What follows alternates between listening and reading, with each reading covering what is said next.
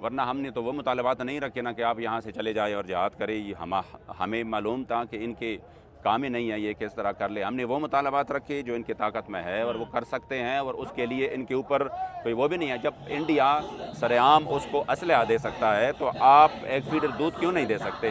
آپ جا کر ایک گولی اور ایک انجیکشن کیوں نہیں دے سکتے؟ ایک مرہم پٹی کیوں نہیں دے سکتے؟ تو صاحب پھر ایسا نہیں ہے کہ چھوٹے سے مطالبات ہیں نہ مان کے گورنمنٹ افراتفری کی جانب لے جا کے شہباز شریف کے استعفے یا اس طرح کی بڑی چیزیں جو ہم دیکھ رہے ہیں جو ہونے جا رہا ہے ممکنہ طور پہ ان کی طرف یوٹیلائز نہ کر لیا جائے اس دھرنے کو؟ میں آپ کو ایک سمجھائد صاحب میں آپ کو ایک تاریخی بات بتاؤں, اور اس کو انشاءاللہ سننے والوں کو بھی لطف آئے گا اور آپ کو بھی یقین آئے گا کہ جب ہمارے 8 شہید ہو گئے نا پچھلے دھرنا ختم نبوت میں, تو کچھ جگہوں سے کچھ طریقوں سے ہمیں خبریں دے گئیں کہ ابھی تو آپ ایک وزیر کا جو ہے نا وہ استعفیٰ کا مطالبہ نہ رکھیں, اب تو آپ کے شہید ہو چکے ہیں اور پورا ملک اس وقت جام ہے.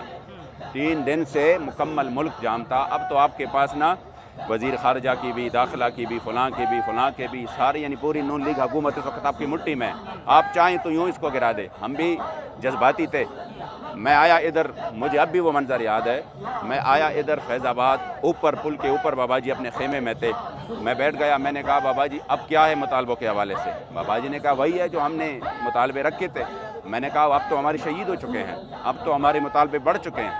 انہوں نے کہا کیسے بڑے ہیں؟ میں نے کہا جو ہمارے بندے شہید ہو چکے ہیں. تو کہہ رہا کیا مطالبہ ہے؟ میں نے کہا اب اوروں کو بھی, اس حکومت کو بھی ختم کرنا ہے.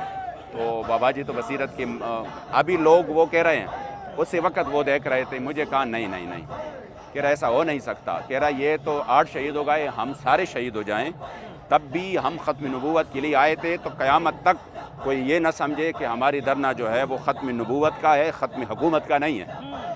یہ اسی وقت انہوں نے کہا کہ ہمارا دھرنا ختم نبوت کا ہے, ختم حکومت کا نہیں.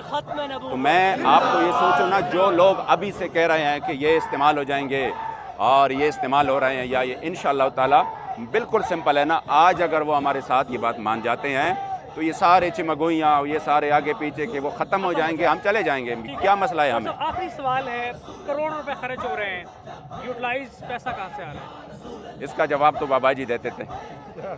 کون دیتا ہے دینے کو منہ چاہیے, دینے والا ہے سچا ہمارا نبی. آپ یقین کرے, یہ اللہ اور رسول کو میں یعنی ان کے سامنے یہ بات کہتا ہوں کہ ہم جب آتے ہیں تو ہمارے پاس جس طرح بابا جی کہتے تھے نا کہ ہمارے پاس 20 کلو چنا بھی نہیں تھا کہ ہم لے کے آئیں, لیکن یہاں پر 21 دن سوپ کے بھی معاملات چلتے رہے اور خوراک تو اتنا وافر تھا. اب بھی الحمدللہ ہمارا سب کچھ یہاں پہ چل رہا ہے.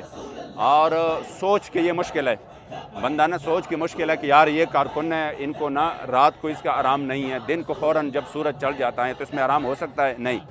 اور ان کے پاس پوری طرح جو ہے نا وہ بھی اگر نہیں ہو کوئی ٹینٹ وغیرہ تو کیا یہ احتجاج نہیں کریں گے؟ لیکن آپ کسی سنگل کارکن سے بھی جا کے پوچھ لے, وہ کہے گا مجھے کوئی بھی چیز نہ ملے لیکن میں یہاں پہ اپنے قائدین کے حکم پہ بیٹھا ہوں, وہ چاہے سال تک بیٹھ جائے. اس کو کہتے ہیں جذبہ. یہ جذبہ ہے اور یہ حقیقی جنون ہے, اور اس جنون کو شکست کوئی نہیں دے سکتا.